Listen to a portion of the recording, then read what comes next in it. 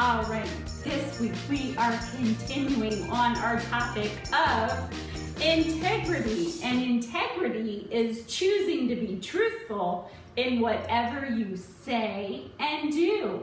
Our monthly Bible verse is from Proverbs chapter 10, verse 9. Anyone who lives without blame walks safely, but anyone who takes a crooked path will get caught. All right, kids, we're going to do something a little different today, okay? So I made up this story that I'm going to read to you first. So I made it up, so it's fictional. And then I'm going to read you our Bible story for today, which is not made up. It's God's Word. It comes from the Bible. So we know that it's true and we know that we can trust it. Okay. So I'm going to start with my made-up story first. So here we go. There once was a guy named Joe. He was a very nice person, and he liked to do nice things for other people. One day, Joe was riding his bike, and he fell off of it, and he got a giant boo-boo. Two of his friends saw what happened. Their names were Doug and Sam. Doug immediately went to help Joe. He made sure he was okay and gave him a Band-Aid for his giant boo-boo. Sam saw Doug helping Joe out. Joe wanted to give Doug a present for helping him. But Doug told Joe that he was happy he could help, but he didn't want a present. Well, Sam thought Doug was cuckoo for not accepting Joe's present. After Doug went home, Sam went to Joe's house and told Joe a lie. He said that Doug changed his mind and he did want a present. So Joe gave Sam this super cool skateboard to give to Doug. Sam did not give the skateboard to Doug like he said he would. Instead, he kept it for himself. Later, Doug saw Joe and asked him how he was feeling after his bike accident. Joe told him he was much better and asked Doug how he was enjoying his new skateboard. That is the moment that Doug realized what type of person Sam really was. Do you think Sam was trustworthy? No, he was not. He told a lie. Okay, so that was our made up story for today. Now we're going to switch over to our Bible story, which again is true, God's true word. So we know it's true and we know we can trust it. So I'm going to go ahead and read our Bible story for today. And it is from 2 Kings chapter 5. And we're going to go ahead and read that. So, Elisha was a prophet of God. That means he shared God's word with the people of Israel. He had a trusted servant named Gehazi. During this time, the Israelites weren't doing a great job of following God. Not only that, they were at war with the nation of Aram. There was a man named Naaman who was an army commander for the king of Aram. Naaman was a brave soldier, but he had a skin disease. Naaman had rashes all over his skin. Poor Naaman. When Aram was attacking Israel, soldiers from Aram captured many people, including a young girl from Israel. This young girl went to work in Naaman's house as a servant for his wife. She saw how Naaman was suffering and wanted to help him. So she told him that there was a prophet named Elisha in Israel who could heal him. Naaman was so excited that he went to see the king of Aram. Naaman told the king what the girl had said. The king of Aram told him that he should go see Elisha. He even gave Naaman a letter to give to the king of Israel, asking him to heal Naaman of the skin disease. Now the plot thickens. So Naaman traveled to see the king of Israel. The king of Israel read the letter from the king of Aram, asking him to heal Naaman. The king was upset. He said, and this is from 2 Kings 5:7. Am I God? Can I kill people and bring them back to life? Why does this fellow send someone to me to be healed of a skin disease? He must be trying to pick a fight with me.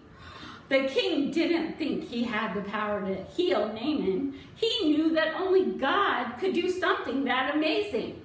The prophet Elisha heard what happened, and Elisha sent a message to the king.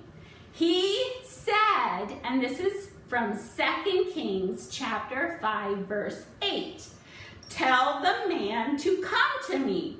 Then he will know there is a prophet in Israel. Naaman set off this time to see Elisha. When Naaman made it to Elisha's house, he probably hoped that he would finally be healed of this painful disease that he had. He waited outside, and Elisha sent a messenger with a message out to him.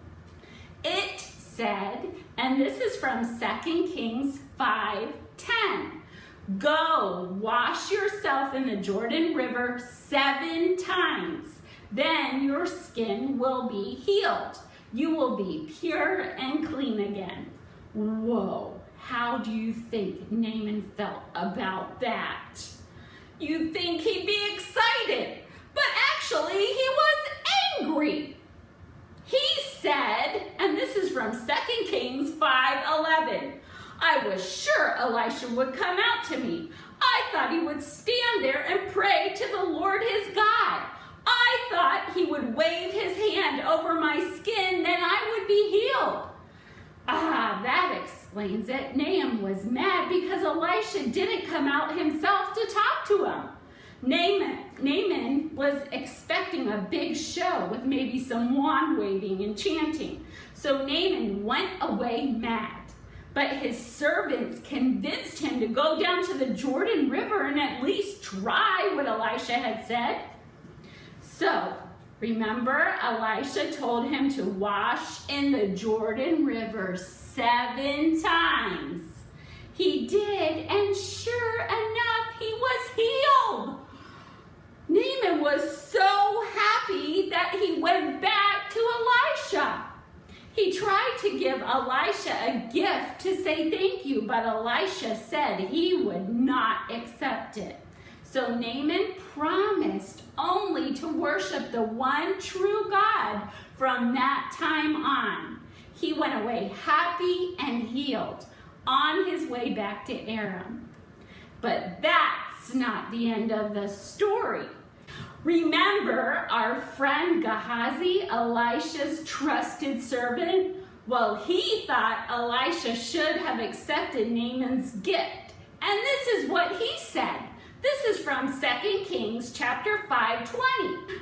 My master was way too easy on Naaman from Aram. He should have accepted the gift Naaman brought. I'm going to run after him. I'm going to get something from him. Gehazi ran after Naaman to get something for himself. Gehazi lied and said that Elisha wanted 75 pounds of silver and 2 sets of clothes. Naaman agreed and gave him twice as much of the silver that he asked for. Then Gehazi came back and hid the gifts in Elisha's house.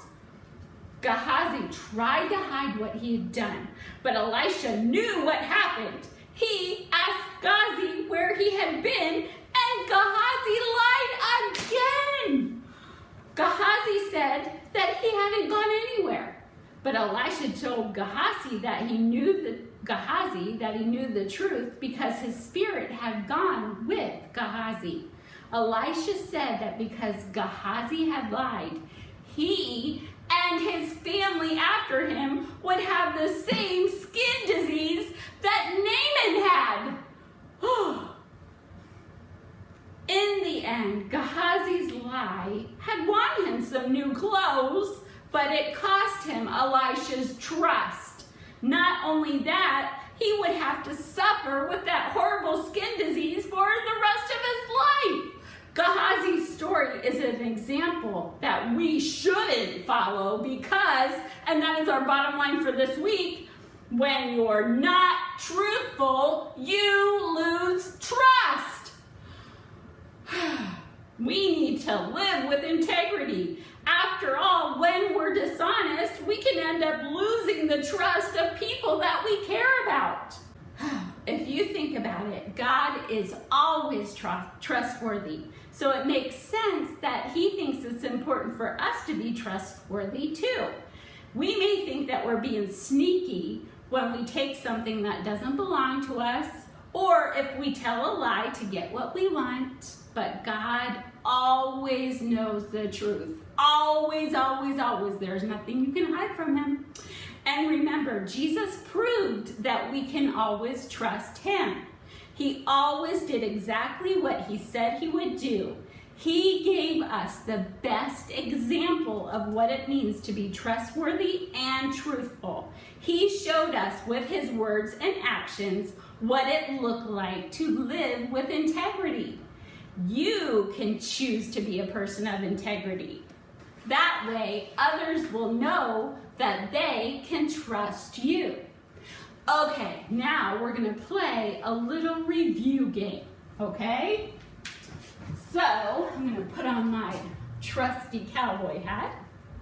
All right, so I'm going to ask you a question, and when you figure out the right answer, I want you to give me a big old yee-haw, like a cowboy or a cowgirl. Okay, so here we go. In today's story, who is the best match to the person in our Bible story? Let's start with Joe. You guys remember Joe from the story before the Bible story? Do you think he was A, the most like Spongebob SquarePants, B, Naaman, remember the guy who was hurt, or had the skin disease, or C, Noah? If you said B, you are correct. Yee-haw! All right, let's go to our next question. Who is the best match to Doug in our Bible story today? Was it A, Elisha, B, a villager in Minecraft, or C, Steve? If you said A, Elisha, you are correct. Let's give a big old yee-haw! Yee-haw! Okay, we have our last question. Who is the best match to Sam? Is it